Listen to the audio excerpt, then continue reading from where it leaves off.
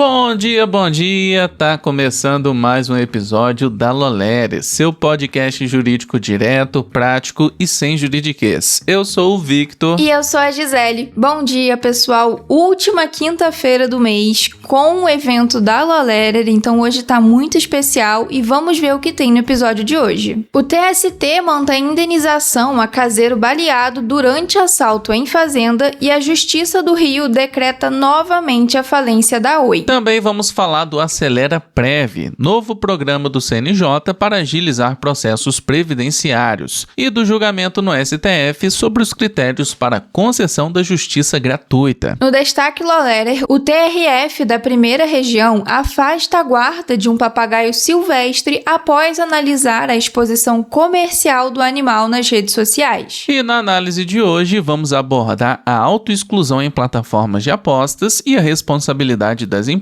quando o bloqueio solicitado por apostador não é cumprido. No final do episódio a gente volta para ler o que vocês andaram comentando na edição passada. Então peguem um café, coloquem um fone e vamos entender como esses temas estão movimentando o direito no Brasil e no mundo.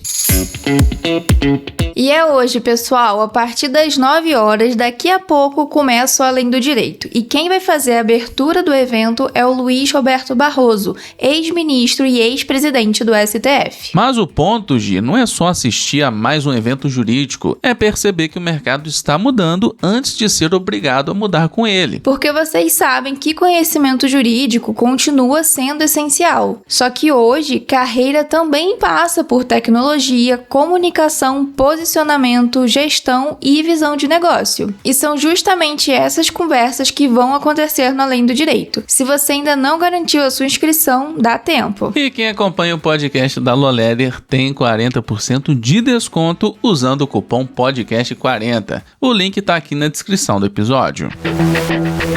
Vamos agora para o giro jurídico. A primeira turma do TST manteve a condenação do espólio de um proprietário rural ao pagamento de indenizações a um caseiro baleado durante assalto na fazenda onde ele trabalhava e morava. O trabalhador sofreu lesões permanentes e redução da capacidade laboral. A defesa alegou culpa de terceiros e ausência de relação entre o crime e a atividade desempenhada. O relator, ministro Dezena da Silva, reconheceu que o trabalho de caseiro por si só não é atividade de risco acentuado para fins de responsabilidade objetiva. Mesmo assim, prevaleceu a responsabilidade por culpa do empregador, porque havia histórico de assaltos anteriores na propriedade e não foram adotadas medidas de segurança suficientes. Foram mantidas indenizações de R$30 mil por danos morais e R$70 mil por danos materiais. A primeira Câmara de Direito Privado do Tribunal de Justiça do Rio de Janeiro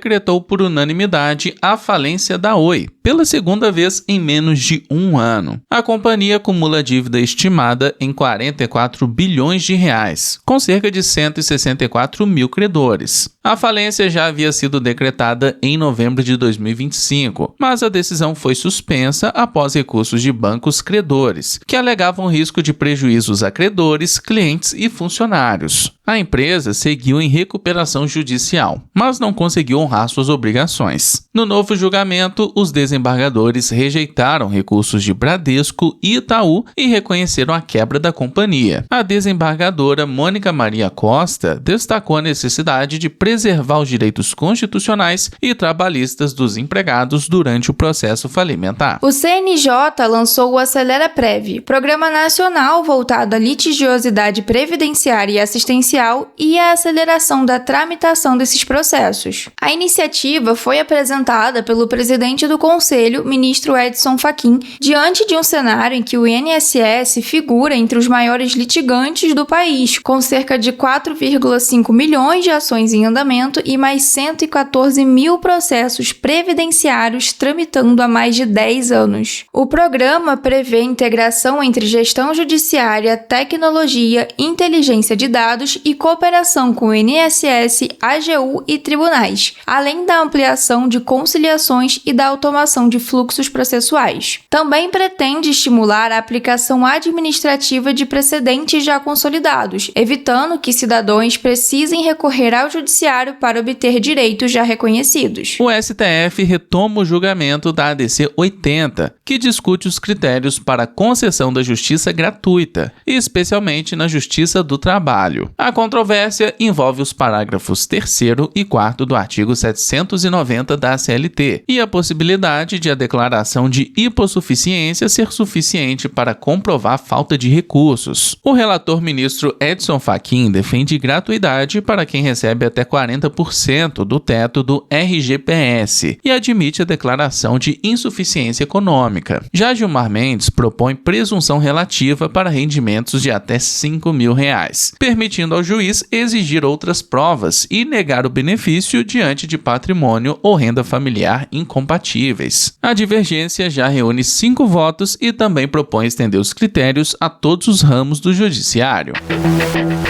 Vamos agora para o destaque Lolérer. A 12ª turma do Tribunal Regional Federal da Primeira Região afastou a guarda definitiva do papagaio campeiro bicudo, mantido por uma mulher em Mato Grosso, e reformou a sentença de primeira instância que havia autorizado a permanência da ave com a tutora em razão, entre outros fatores, do vínculo afetivo entre ambos. O IBAMA sustentou que a posse era irregular e que a exposição frequente do animal nas redes sociais configurava o uso comercial da imagem de espécie silvestre, além de contribuir para a normalização da manutenção desses animais em ambiente doméstico e para o estímulo ao tráfico de fauna. A relatora desembargadora federal Ana Carolina Roman destacou que a legislação ambiental proíbe a posse de animal silvestre sem comprovação de origem lícita e que o vínculo afetivo por si só não regulariza a situação. A tese de que o papagaio seria livre por não viver em gaiola também foi afastada.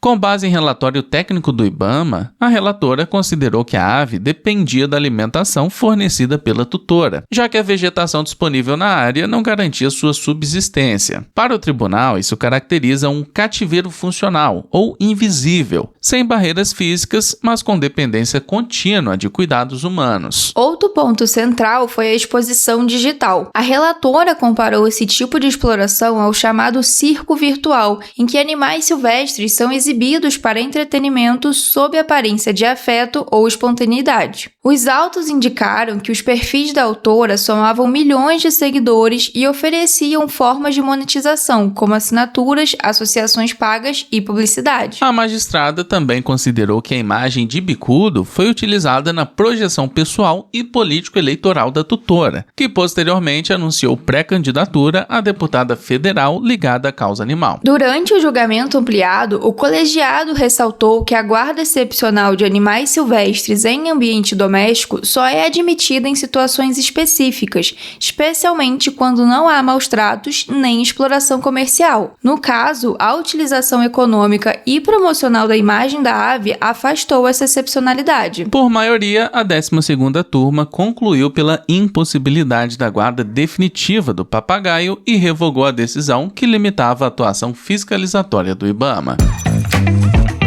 E a análise de hoje, que está disponível no portal da Lolérer, é assinada por Gutenberg Amorim. O tema central é a natureza jurídica da autoexclusão em apostas, o funcionamento do modelo centralizado e as consequências do descumprimento pelas plataformas. A autoexclusão é o mecanismo pelo qual o próprio apostador solicita o bloqueio ou encerramento do acesso às apostas, por prazo determinado ou de forma definitiva. Para o consumidor, funciona como instrumento de autoproteção. Para a plataforma, representa um dever de cuidado que deve ser cumprido de forma imediata e eficaz. A Portaria Secretaria de Prêmios e Apostas 1231 de 2024 já exigia mecanismos de autoexclusão dentro das próprias plataformas. Em 2025, a Portaria SPA 2579 e a Instrução Normativa 31 estruturaram 2 modelos. A autoexclusão específica, válida perante uma determinada determinada operadora, e a centralizada, que impede o acesso a todas as plataformas autorizadas no país. Nesse modelo, a operacionalização ocorre por meio de plataforma integrada ao sistema de gestão de apostas, o SIGAP. Com isso, aumenta o dever de diligência das empresas, que passam a ter menos espaço para alegar desconhecimento do bloqueio solicitado. O cumprimento adequado não se resume a disponibilizar um botão de exclusão. Ele exige o bloqueio efetivo da conta, a interrupção de novas apostas e comunicações promocionais, a devolução de eventuais saldos e, no modelo centralizado, a extensão do impedimento às demais plataformas autorizadas. Quando a empresa ignora, posterga ou dificulta o pedido de autoexclusão, a análise aponta a possibilidade de configuração de defeito na prestação do serviço, com fundamento no artigo 14 do Código de Defesa do Consumidor. Apostas e depósitos posteriores ao pedido podem ser discutidos judicialmente, com pedidos de restituição e reparação por danos morais. Um julgamento do Tribunal de Justiça do Distrito Federal e dos Territórios em 2026 reconheceu essa falha em um caso no qual um apostador havia solicitado o encerramento da conta e a operadora não efetivou o bloqueio imediatamente. O tribunal determinou a devolução das quantias aportadas, descontados os valores resgatados, e fixou indenização por danos morais. A prova ocupa papel central nessas demandas. É importante demonstrar quando e como o pedido de autoexclusão foi feito, quais apostas ou depósitos ocorreram depois dele e qual prejuízo financeiro resultou da omissão da plataforma. Registros de atendimento, e-mails, extratos e documentos clínicos, quando existentes, podem integrar essa comprovação. A conclusão é que a autoexclusão funciona como um mecanismo de proteção que gera obrigações concretas para as plataformas. Quando o pedido não é cumprido e novas apostas continuam sendo realizadas, podem surgir consequências jurídicas relacionadas à restituição de valores e à responsabilidade civil da operadora. E essa análise está disponível lá no portal da Loleria. Se você quiser conferir ela na íntegra, é só acessar aqui pelo link da descrição. E se você quer aumentar a sua presença online, saiba que você pode se tornar um de nossos articulistas e ter também a sua análise falada aqui no programa. Para você participar é muito simples, é só enviar o seu texto aqui pelo link na descrição. Chegamos ao final de mais um episódio e vamos ver o que vocês andaram comentando no último episódio. Muito bem, vamos então ler o comentário da Bela. Ela comentou o seguinte: boa tarde, pessoal. Muito boa atualização da newsletter em relação às eleições. Adorei. Pois é, Bela, que bom que você gostou. Inclusive, para quem não sabe o que está acontecendo, anteontem chegou uma atualização lá na newsletter padrão da Loleria sobre as eleições. E nós estamos fazendo uma newsletter à parte para manter você 100% atualizado sobre tudo o que está acontecendo sobre as eleições. Para você continuar recebendo essa newsletter, é só assinar aqui pelo link da descrição, é totalmente gratuita. No mais, eu quero agradecer também o Rômulo Costa, a Kate, Gisele, Andrei, Dali Viegas e Thiago, que comentaram na edição passada. E não esqueça de seguir a gente no seu agregador de podcast favorito, compartilhar e avaliar com 5 estrelinhas. Por hoje era isso, muito obrigado por ter escutado a gente até aqui e até amanhã. Até amanhã, pessoal!